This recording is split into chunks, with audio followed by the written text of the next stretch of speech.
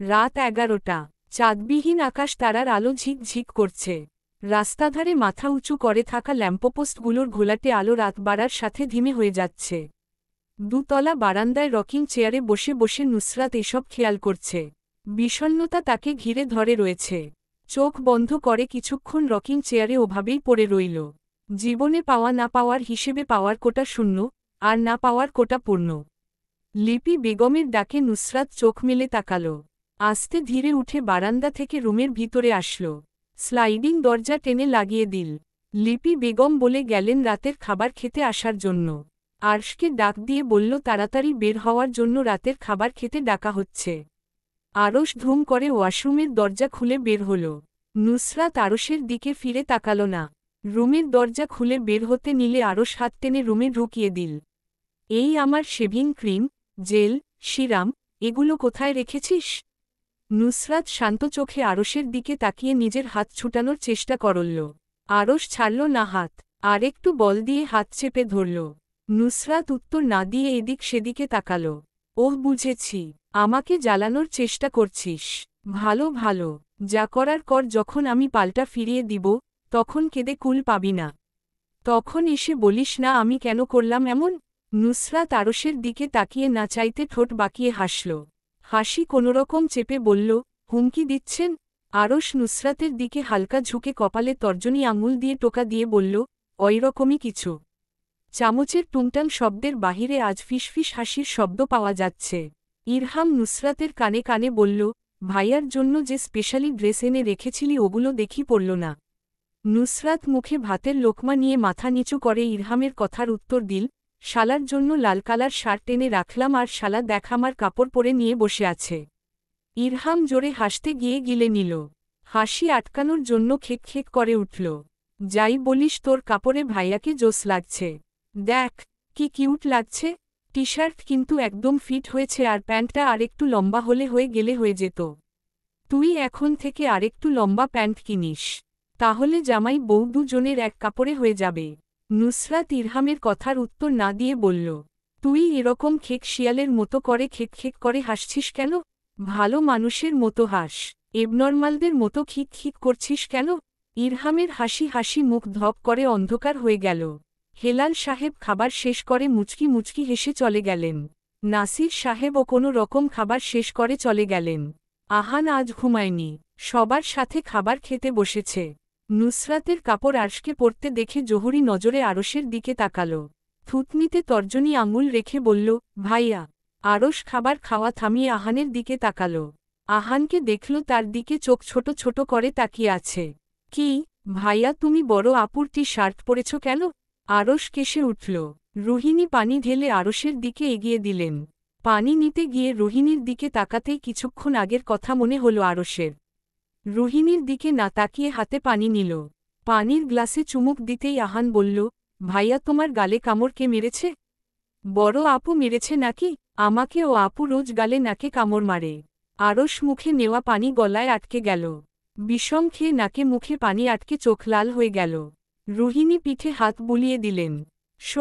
সোহেদ হাত ধুয়ে এখান থেকে পালালেন।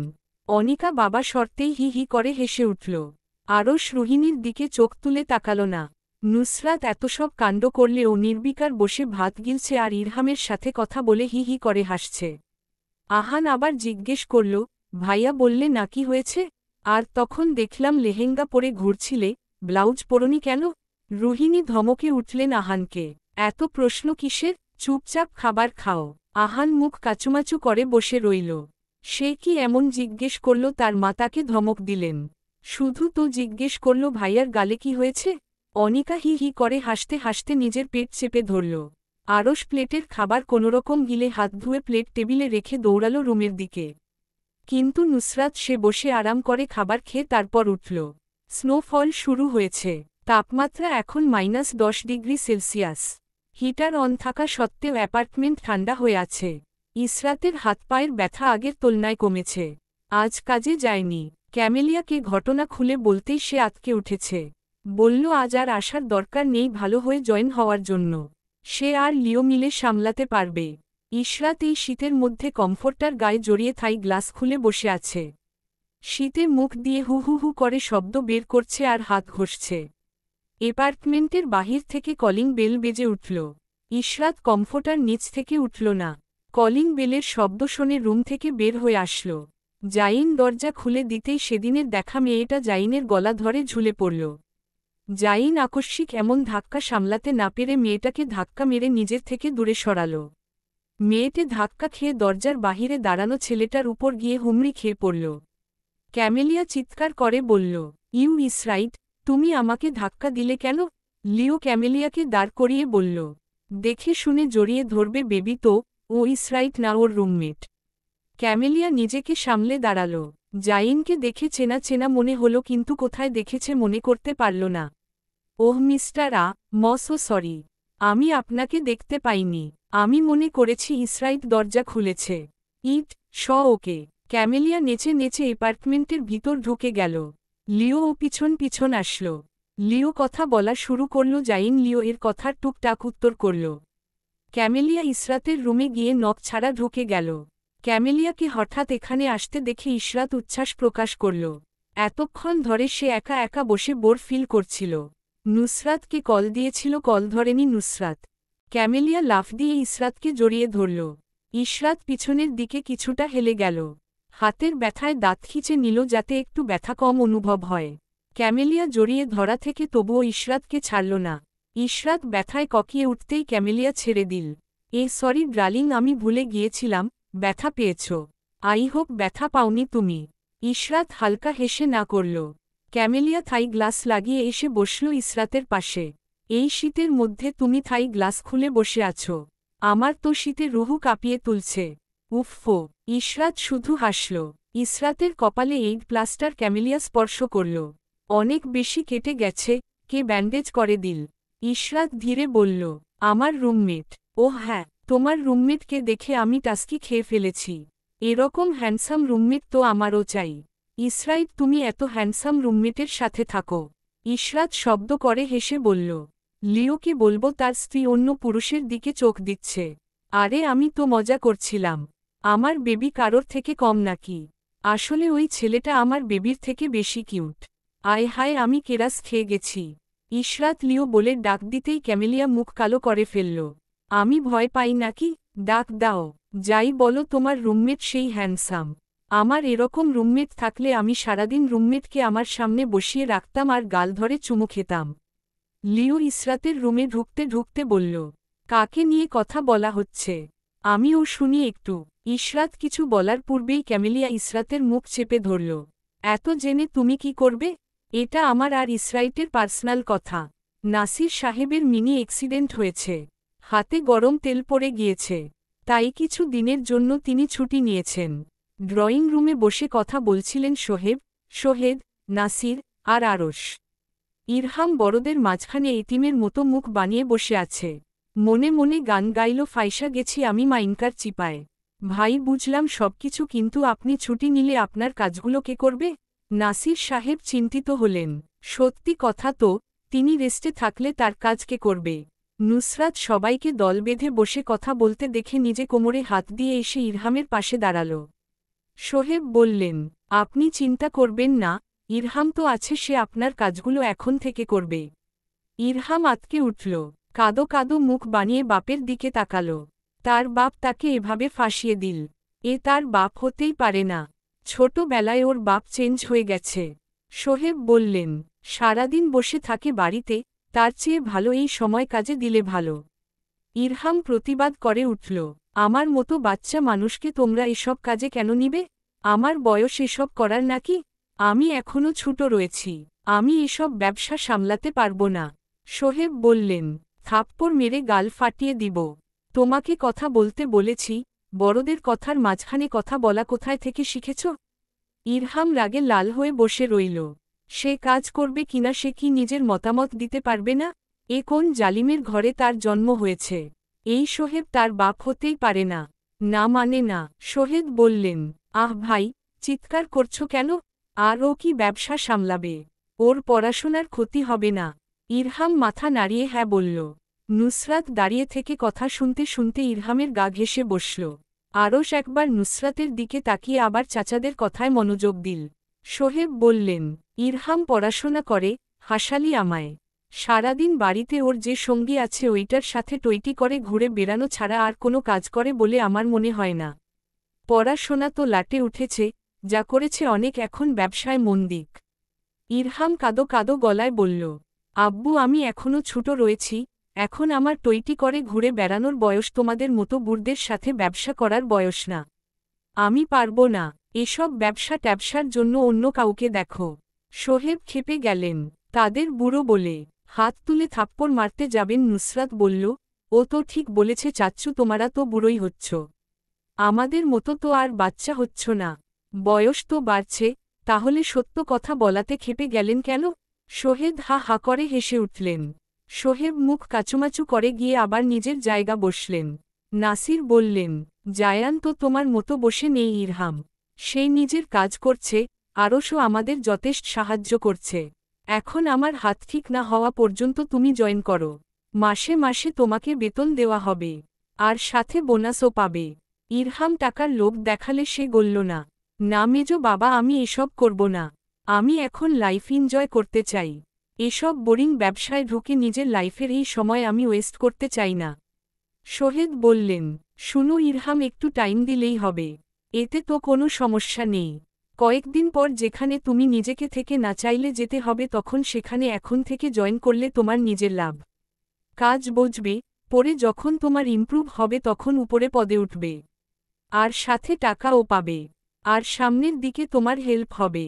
ইরহাম কিছু ভাবল, নখ কামড়াতে কামড়াতে নুসরাতের দিকে তাকাতেই মাথায় আইডিয়া এলো, সে কেন ফাঁসবে? নুসরাতকে ফাঁসিয়ে দিলে কেমন হয়? ইরহাম নুসরাতের দিকে তাকিয়ে পৈচাসিক হাসি হাসল। মেজো বাবা, আব্বু, চাচ্চু, আমি একটা অফার দিব, মানবে তো? সোহেদ বললেন, কি? আপনাদের কাজের জন্য একজন চাই যে মেজো বাবার কাজগুলো করবে, তাই তো? তো আপনারা এক কাজ করুন, এই যে আমার পাশে যে মেয়ে আছে ওইটাকে ওখানে ঢুকিয়ে দিন, আর এমনিতেই ও সবার সামনে নিজেকে আমার বড় বলে জাহির করে, নেন এইটাকে ব্যবসা নিয়ে নিন। কাছা লাগা মেরা অফার।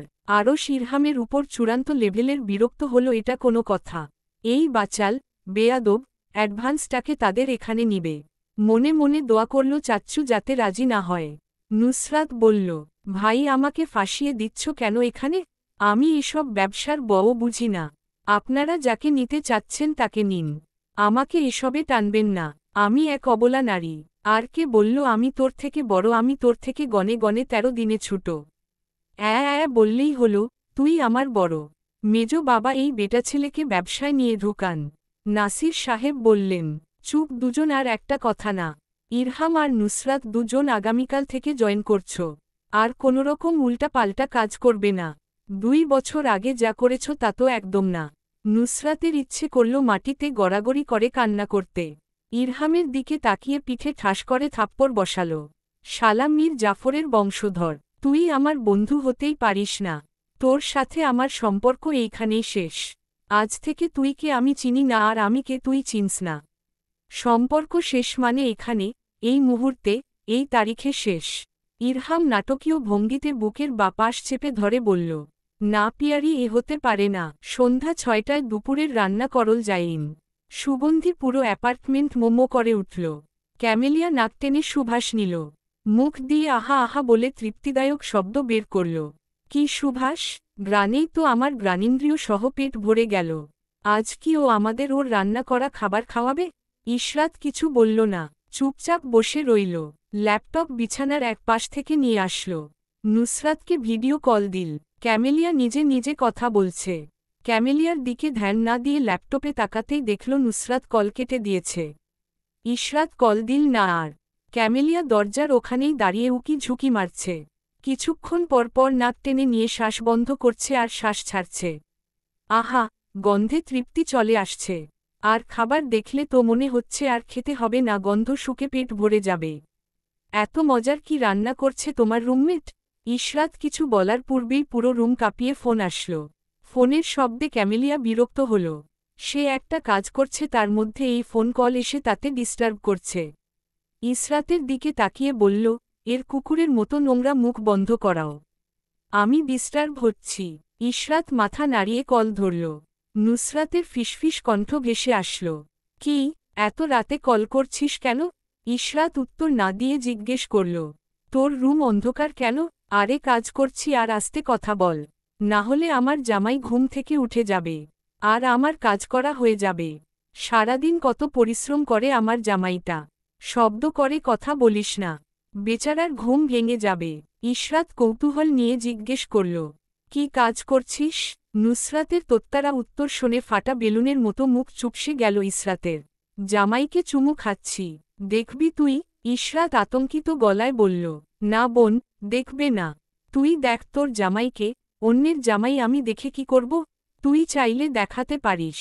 শালা হট হট হয়ে শুয়ে আছে বিছানায়, পুরো হট চকলেট লাগছে। ছিহ নাউজুবিল্লাহ, এসব কি কথা বড় বোনের সাথে?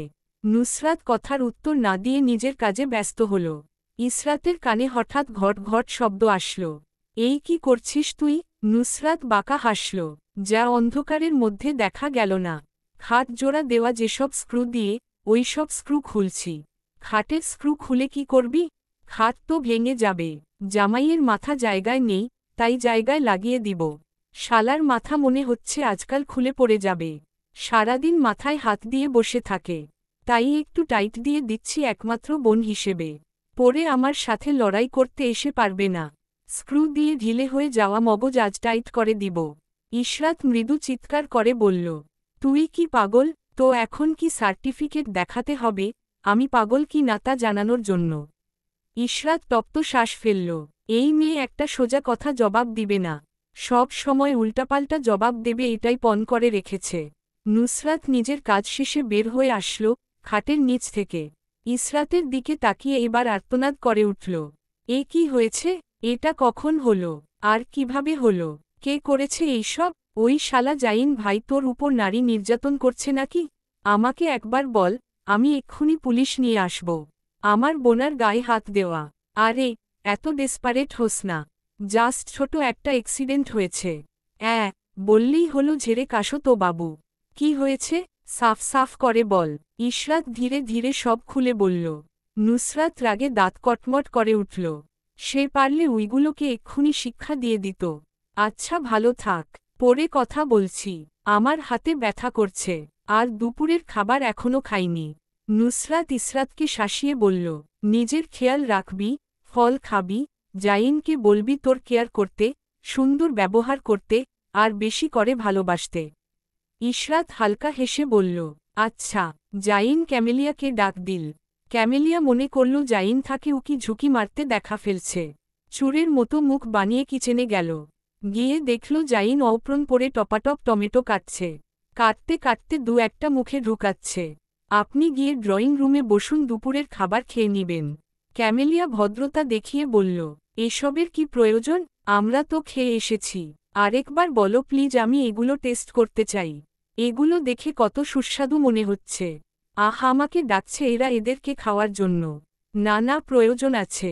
আপনি গিয়ে বসুন আর আপনার হাজবেন্ডকে ওর সাথে নিয়ে আসুন। ক্যামেলিয়া হে হে করে হেসে বলল, এত করে বলছেন যখন তখন আর না করে কি হবে? আচ্ছা আপনার মন রক্ষাতে আমি বসছি। জাইন অদ্ভুত চোখে তাকিয়ে রইল ক্যামেলিয়ার দিকে। আমি কখন এতবার সাধলাম আপনাকে? ক্যামেলিয়া শুনল না, সে নাচতে নাচতে কিচেন থেকে বেরিয়ে গেল। এতক্ষণ ধরে উকি ঝুঁকি মারা তবে বিফলে যায়নি। ইসরাইটের রুমমেটটা মনে হচ্ছে খুবই ভালো। যেমন রূপ তেমন ছেলেটার গুণও আছে। জাইন খাবার পরিবেশন করে ইশরাতকে রুম থেকে আনতে গেল। ধরে ধরে নিয়ে এসে বসালো সোফার উপর। জাইন গম্ভীর গলায় জিজ্ঞেস করল, ব্যথা পাচ্ছ? ইশরাত মাথা নাড়িয়ে না বলল। জাইন ইসরাতের প্লেটে খাবার বেড়ে দিল। ক্যামেলিয়াকে বলার প্রয়োজন হল না, সে নিজ থেকে হাত লাগিয়ে প্লেটে খাবার নিয়ে নিল। তারপর হে হে করে হাসল। দুপুরের খাবার খেয়ে ক্যামেলিয়া ঢেকুর তুলল। কি মজাদার খাবার, ছেলেটা ভালোই রান্না করতে পারে। খাবার খেয়ে কচ্ছপের মতো পেট উপরের দিকে দিয়ে বসে রইল ক্যামেলিয়া।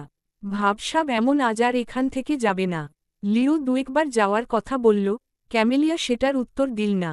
ধমক দিয়ে নিজের পাশে বসিয়ে রাখল। লিও শুধু অসহায় চোখে তাকিয়ে তাকল ক্যামেলিয়ার দিকে। ক্যামেলিয়া পেটে হাত দিয়ে পেট ভুলাচ্ছে, লিও এর দিকে তাকানোর তার সময় নেই। এত সুস্বাদু খাবার খাওয়ার পর কার ইচ্ছা হবে বাসায় যাওয়ার? কারোর না। পৃথিবী কাঁপিয়ে বর্ষণ নামল। আষাঢ় মাসের বৃষ্টি বিরামহীন চলছে। রাস্তাঘাট স্যাঁতস্যাঁতে হয়ে আছে। সৈয়দ বাড়ির প্রাঙ্গণ থেকে বের হয়ে আসলো ব্ল্যাক কালারের ODRS। মেইন রোডে উঠে গিয়ে গাড়ি স্পিড বেড়ে গেল। হাই লেভেলের গান বাজছে গাড়িতে, যা গাড়ির বাহির থেকেও একটু একটু শোনা যাচ্ছে। গানের সাথে তাল মিলিয়ে গান গাচ্ছে ড্রাইভিং সিটে বসে থাকা মেয়েটা। ESTARSOLA2PREFIERE one YDAMEUN chance PA গায়াট। পিছনের সিটে দু হাত বুকের উপর বেঁধে মুখ ফুলিয়ে বসে আছে ইরহাম। সে আসতে চায়নি, কিন্তু নুসরাত তাকে জোর করে ধরে নিয়ে এসেছে। পাশের সিট থেকে বিরক্তিকর দৃষ্টিতে আরশ নুসরাতের দিকে তাকিয়ে আছে। নুসরাত পাত্তা দিল না, সে এখন গান গাইতে ব্যস্ত। সামনে জ্যাম দেখে নুসরাত গাড়ি থামাল। গাড়ির কাচ নামিয়ে আশেপাশে তাকাল। নুসরাতদের গাড়ির পাশে এসে আরেকটি অফ হোয়াইট কালার মিশেলে গাড়ি থামল। অপর পাশের গাড়িটি কাচ নামাল। গাড়ির ভিতর থেকে মাহাদির মাথা বের হয়ে আসল। হেই মামা, আমার কল ধরছিস না কেন? আমি কি করেছি? আরশ কথা না বলে মুখ ফিরিয়ে রাখল। ইরহাম ব্যাকসিটের গাড়ির কাচ নামিয়ে মুখ বের করল। হ্যালো ভাইয়া, কি অবস্থা? এই তো বিন্দাস, তোমার কি অবস্থা? আর তুমি কোথায় যাচ্ছ ওর সাথে? আজ থেকে আমি অফিস জয়েন করছি, তাই ভাইয়ার সাথে যাচ্ছিলাম। গুড। মাহাদি আবার আরশের দিকে তাকাল। আরশ এদিক সেদিকে তাকাল, মাহাদির দিকে না তাকানোর জন্য। এমন অভিনয় করো সে মাহাদিকে চিনে না। ইরহাম নতুন ড্রাইভার নাকি? আগের জনের কি হয়েছে? ইরহাম কিছু বলতে যাবে, নুসরাত ফোরন কাটল। গাড়ির ছাদ খুলে মাথা থেকে ক্যাপ সরাল। মাহাদির দিকে তাকিয়ে বোকা হাসল। ভাইয়া, আমি আপনার একমাত্র, দ্বিমাত্র, ত্রিমাত্র ভাবি। আমাকে চিনতে পারছেন না? এভাবে ড্রাইভার বলে অপমান করতে পারলেন? মাহাদির চোখ মনে হল ভিতর থেকে খুলে হাতে চলে আসবে। নুসরাতের দিকে একবার তাকিয়ে দেখল আরশের ফরমাল শার্ট প্যান্ট পরে বসে আছে। কিছুটা নার্ভাস হয়ে মাহাদি বলল, ওহ ভাবি, আপনি এরকম ড্রাইভারের সিটে বসে আছেন, তাই মনে করেছিলাম নতুন ড্রাইভার। আসলে আমার জামাইয়ের টাকা আজকাল অনেক কমে গিয়েছে, তাই ড্রাইভারকে বিদায় দিয়ে নিজে ড্রাইভার হয়ে গিয়েছি। ভবিষ্যতের জন্য সেভিংস করছি। আমার মতো এত গুণবতী বউ পেয়ে আপনার বন্ধু গুণে গুণান্বিত। তাই না গো? আরশ কথা বলল না, মুখ শক্ত করে বসে রইল। মাহাদি হে হে করে হাসল। ভাবি, আপনার কিডন্যাপ করে বিয়ে করা ছাড়া আরও অনেক গুণ আছে মনে হচ্ছে। আমার বন্ধু সত্যিই খুব গর্ববতী। সরি আই মিন ভাগ্যবতী। না না, উনি ভাগ্যবতী হবেন কেন? এটা তো ওমেন ভার্সন, উনি হবেন মেইল ভার্সন। তাহলে মেইল ভার্সন হল ভাগ্যবান। পিছন থেকে গাড়ির হর্নে নুসরাত সামনে তাকাল। কথা বলায় এত ব্যস্ত ছিল যে সামনের দিকে তাকায়নি। এতক্ষণে জ্যাম ছুটে গিয়েছে। নুসরাত ঝটপট বিদায় নিল মাহাদির কাছ থেকে। নুসরাত গ্লাস লাগিয়ে দিয়ে ড্রাইভিং সিটে বসে গাড়ি স্টার্ট করল। হুইল ঘুরিয়ে ঝটপট একপাশ করল গাড়ি। যারা তার পিছনে দাঁড়িয়ে ছিল তাদের যাওয়ার জন্য সাইড দিতে। সাদা শার্ট আর কালো প্যান্ট পরে শক্তপোক্ত দেহের একটা লোক রাস্তার ধারে দাঁড়িয়ে কানে ফোন এঁটে কথা বলছিল। দূর হতে লোকটাকে দেখে ইনায়ার চিনতে একটু অসুবিধা হল না। এটা তার প্রেমিক পুরুষ, যে এখন অভিমানী পুরুষে পরিণত হয়েছে, যে গত 1 মাস ধরে তার ফোন কল, মেসেজেস, ট্যাক্স কোনো কিছুর রিপ্লে করছে না। এত কিসের অভিমান তার সাথে? হঠাৎ করে জায়ানের দেখা পেয়ে ইনায়ার মনে হল গ্রীষ্মকালের খরা রোদে এক পশলা বৃষ্টির মতো। সময় নষ্ট না করে কালবৈশাখী ঝড়ের মতো এসে ইনা জায়ানকে জড়িয়ে ধরল। জায়ান আকস্মিক ধাক্কা সামলাতে না পেরে নিজ জায়গা থেকে 2-1 পা সরে গেল। নিজেকে সামাল দিতে সামনের তারযুক্ত কুটি এক হাতের তালু দিয়ে চেপে ধরল। মুখ দিয়ে চিৎকার বের হতে গিয়ে নিজেকে সামাল দিল। ফোনে ধীরে সুস্থে কথা বলে ফোন রাখল। আলগোছে মোবাইল পকেটে পুরে ইনায়াকে ঠেলে দূরে সরাতে চাইল, তবুও ইনা সরল না। ঝাপটে জড়িয়ে ধরে পড়ে রইল জায়ানের বুকে। জায়ান নিজের ঘাড় সমান চুলগুলো ঠেলে পিছনের দিকে সরিয়ে নিল। ইনায়ার পিঠে হাত রাখতে গিয়ে রাখল না, অভিমানে হাত সরিয়ে নিয়ে পকেটে পুরল। গম্ভীর গলায় বলল, ইনা, ডিস্টেন্স মেইনটেইন করো। মানুষ আমাদের দেখছে, এখানে তামাশা করার কোনো মানে হয় না। সরে দাঁড়াও, মানুষ খারাপ বলবে। ইনা ফুপিয়ে কেঁদে উঠল। জায়ানের ঘাড়ে 2 হাত দিয়ে চেপে ধরল। হাতের নখ সবগুলো দাবিয়ে দিল ঘাড়ের উপর। জাইন মৃদু চিৎকার দিয়ে ঝটকা মেরে দূরে সরালো ইনায়াকে। ইনা ফুপিয়ে ফুপিয়ে বলল, তুমি আমার কল মেসেজের রিপ্লাই দিচ্ছ না কেন? আমি ভুল করেছি তা আমি স্বীকার করছি, কিন্তু সামান্য ভুলের তুমি আমাকে এত শাস্তি দিচ্ছ কেন? এটা তো আমার পাওনা নয়। তোমাকে ভালোবাসার বদলে তো আমি শুধু কষ্ট পাচ্ছি। কে বলেছে ভালোবাসতে আমাকে? ইনা জায়ানের কথায় পাত্তা না দিয়ে আবার জড়িয়ে ধরতে গেল। জায়ান ধরতে দিল না। দুহাত চেপে ধরে নিজের গাড়ির কাছে নিয়ে গেল। গাড়ির দরজা খুলে ইনায়াকে উঠার জন্য ইশারা করল। ইনা কান্না করতে করতে গিয়ে গাড়িতে উঠে বসল। জায়ান গাড়ি স্টার্ট করল। ইনা জিজ্ঞাসার প্রয়োজন বোধ করল না। গাড়ি গিয়ে থামল শুনশান এক জায়গায়। মানুষের উপস্থিতি নেই বললে চলেই। গাড়ির কাচ নামিয়ে দিয়ে বলল, কি বলবে বলো, আমি শুনছি। ইনা ভ্যা ভ্যা করে কেঁদে উঠল। জায়ান বিরক্ত হল না। পকেট থেকে রুমাল বের করে এগিয়ে দিল ইনায়ার দিকে। ইনা চোখ মুছল। মুছেও আবার চোখ ভিজে উঠল। তুমি আমাকে ইগনোর করছো কেন? আর কোনোদিন তোমার সাথে এরকম মজা করব না। আমি সরি বলেছি তো, এবারের মতো মাফ করে দাও প্লিজ। আর এরকম করব না, প্লিজ আমার কথা শুনো। কথা বলতে বলতে আবার হু হু করে কেঁদে উঠল। জায়ান হাত বাড়িয়ে চোখের পানি মুছে দিল ইনায়ার। ইনা তবুও কাঁদল। জায়ান রাগ করতে গিয়েও রাগ করল না। তার রাগ আসছে না মেয়েটার উপর। এতদিনের জমা হওয়া অভিমান মেয়েটার কান্না দেখে উড়ে গিয়েছে। ইনা হাত বাড়িয়ে জড়িয়ে ধরল জায়ানকে। জায়ান এবার সরাল না, নিজের বাহুনন্ধনে টেনে নিল ইনায়াকে। আর এরকম করবে কোনোদিন? আমার 14 গোষ্ঠীর জন্মে ও করব না। আমি নিজের কান ধরছি। জায়ান হালকা জোরে হাসল। ইনাও হাসল জায়ানের সাথে। ইনা মাথা তুলে তাকালো জায়ানের দিকে। জায়ান কপাল দিয়ে কপালে আঘাত করল। কেন আই কিস ইউকের লিপস? ইনা লজ্জা পেল। রক্তিম গাল নিয়ে বলল, ইয়েস। ইনায়ার বলতে দেরি হল, জায়ানের ঠোঁটের উপর হামলে পড়তে দেরি হল না। ধীরে ধীরে নিজের ওষ্ঠের সাথে প্রেয়সীর ওষ্ঠ চেপে ধরল। ক্যামেলিয়া কিছুক্ষণ পায়ের উপর পা তুলে বসে থেকে গভীর শ্বাস টেনে নিল। জাইন খাবারের প্লেটগুলো ধীরে ধীরে গুছিয়ে নিয়ে রাখছে কিচেনে। ইশরাত অলস ভঙ্গিতে সোফায় বসে আছে। ক্যামেলিয়া লিও এর কানে কানে কিছু বলল। লিও প্রথমে না করল, কিন্তু ক্যামেলিয়ার জোড়াজুড়িতে রাজি হয়ে গেল। আনছি বলে উঠে গেল। ইশরাত শূন্য দৃষ্টিতে ছাদের দিকে তাকিয়ে রইল। পায়ের ব্যথা কমেছিল, কিন্তু এখন মনে হচ্ছে বেড়ে গিয়েছে। পায়ে চিন চিন ব্যথা করছে। ইশরাত ঠোঁট কামড়ে বসে রইল। জাইন কিচেন থেকে চিৎকার করে বলল, ইশরাত পেইনকিলার খেয়েছ? ইশরাত ধীরে বলল, হ্যাঁ। জাইন কিচেনের কাজ শেষ করে নিজের রুমের দিকে যেতে নিলে ক্যামেলিয়া ডেকে উঠল, এখানে বসো, আমাদের সাথে একটু গল্প সলভ করো। এত চুপচাপ থাকলে হয়? জাইন সোফায় এসে বসল। লিও এর মধ্যে কয়েকটা কার্ড নিয়ে হাজির। জাইন একবার ক্যামেলিয়ার দিকে তাকালো আর একবার কার্ডের দিকে তাকালো। ক্যামেলিয়া নিজ থেকে বলল, চলো ট্রুথ ওর ডেয়ার খেলি। জাইন না করার পূর্বেই ক্যামেলিয়া বলল, একদম না করার চেষ্টা করবে না। আমরা 4 জন মিলে খেলব, অনেক মজা হবে। জাইন কথা বলতে গেলে ক্যামেলিয়া কথা বলতে দিল না। লিও কিচেন থেকে কাচের বোতল নিয়ে আসল। প্রথমবার ঘুরানো হল। ইশরাতের দিকে গিয়ে থামল। ক্যামেলিয়া হু হু করে চিৎকার করে উঠল, ট্রুথ ওর ডেয়ার। ট্রুথ। ইসরাইটের লাভ কেউ ছিল? বা কাউকে তুমি লাভ করো এরকম কেউ আছে? জাইন অধীর আগ্রহে বসে রইল জানার জন্য। ইশরাত নেতিবাচক উত্তর দিতেই ক্যামেলিয়া বোতল ঘুরিয়ে দিল। এবার লিও এর দিকে থামল। ট্রুথ ওর ডেয়ার। লিও ট্রুথ বলল। ক্যামেলিয়া কিছু জিজ্ঞেস করার পূর্বেই ইশরাত থামিয়ে দিল। আমি জিজ্ঞেস করব, লিও আপনার মোট কতজন গার্লফ্রেন্ড ছিল ক্যামেলিয়া সহ, এবং ক্যামেলিয়া কত নম্বর? লিও উৎফুল্ল গলায় বলল, আমার মোট 10টা গার্লফ্রেন্ড ছিল। আর ক্যামেলিয়া 7 নম্বর গার্লফ্রেন্ড। ক্যামেলিয়া খেপা বাঘিনীর মতো তাকালো। লিও ক্যামেলিয়ার দিকে তাকিয়ে আর তাকালো না। দেখে মনে হচ্ছে আজ তার উপর ফ্ল্যাটে গিয়ে ঘূর্ণিঝড় হবে। ইশরাত আবার বোতল ঘুরানোর জন্য বলল। ক্যামেলিয়া ঘুরালো, এবার জাইনের দিকে গেল। জাইন আগেই বলল ট্রুথ। ক্যামেলিয়া ব্যাঙ্গের মতো লাফ দিয়ে বলল সে খেলবে না। কেউ কেন ডেয়ার নিচ্ছে না? জাইনকে ডেয়ার নিতে হবে। অগত্যা জাইন ডেয়ার নিল। ক্যামেলিয়া একটা কাচের বক্স জাইনের দিকে এগিয়ে দিল। জাইন চুপচাপ একটা কাগজ হাতে তুলে নিল। ক্যামেলিয়া নিজের কাছে নিল কাগজের ছোট্ট টুকরোটা। ঝটপট কাগজটা খুলে পড়ল, পড়ে হে হে করে হাসল। কি লিখা আছে?